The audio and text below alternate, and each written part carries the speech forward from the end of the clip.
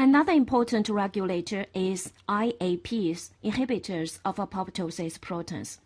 They mainly regulate the activity of caspase family members, including initiated caspases and effector caspases. IAPs are a family of anti-apoptotic proteins. Originally was described in baculovirus. Later it has been found that they are conserved among several species. 7 human IAPs homologs have been identified, such as NAIP, CAIP1, CAIP2, XIAP, and so on. All IAPs contain baculovirus IAP repeat domains, BIR domain. This domain contains 70 amino acid motifs, which are essential for the anti-apoptotic properties of IAPs. BIR domain can bind to the surface of caspases and block the catalytic function of caspases. Except for BIR domain, some IAPs contain a highly conserved ring domain at their C-terminal end. Ring domains can act as ubiquitin ligases and promote degradation of caspases.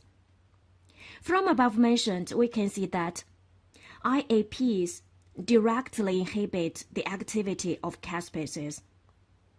It's one important means of apoptosis regulation.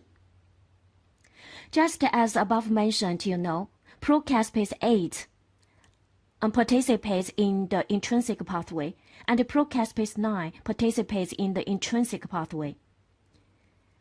And IAPs can bind to the surface of the caspases by BIR domain.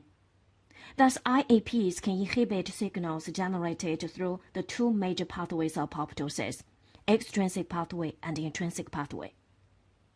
Then, how do the IAPs inhibit apoptosis?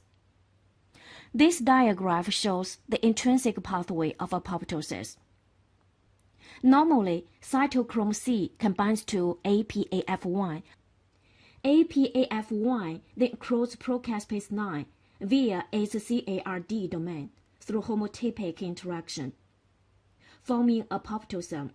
In apoptosome, procaspase 9 is activated and promotes the activating cleavage of the effector caspase 3, leading to apoptosis.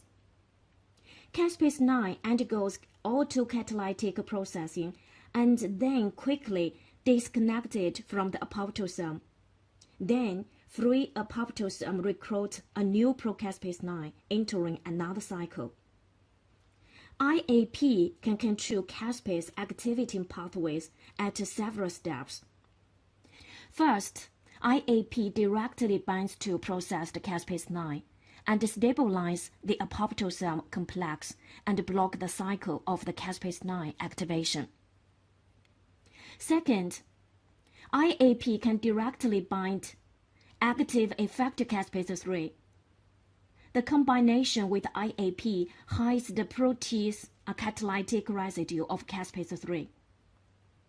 All in all, IAPs inhibit apoptosis by binding to active caspases, including initiated caspases and effector caspases. Just as above mentioned, SMAC is the endogenous antagonist of IAPs, promoting the apoptosis. Another regulator is P53. This diagram depicts the involvement of the P53 in the extrinsic pathway and intrinsic pathway. Please focus on here. The activation of P53 acts on BCL2 family members on the outer membrane of the mitochondria and triggers the extrinsic pathway of apoptosis. And cytoplasmic P53 can activate caspase 8 and then triggers extrinsic pathway of apoptosis. In response to DNA damage, P53 transcriptionally regulates BAX, BAT, or BAC, and so on. And cytoplasmic P53 inhibits BCL2, BCXL, which causes the dissociation of BAX or BAC from BCL2 or BCLXL. And P53 also binds to BAX or BAC, which enables oligomerization of Bexor-Beg and allows the release of the cytochrome C.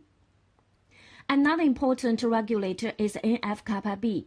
It has been found that expression level of anti-apoptotic proteins, such as BCL2, BCL-XL, and IAPs can be upregulated by the transcription factor NF-kappa B. Inhibitors of NF-kappa B can break the balance between anti-apoptotic and pro-apoptotic factors and promote apoptosis. Maybe it can be a molecular target of anti-cancer drug. Well, above mentioned are regulators of apoptosis, including BCL2 family members, P53, inhibitors of apoptosis proteins, and NF-kappa B. Of course, there are many more regulators of apoptosis. Here, don't discuss anymore.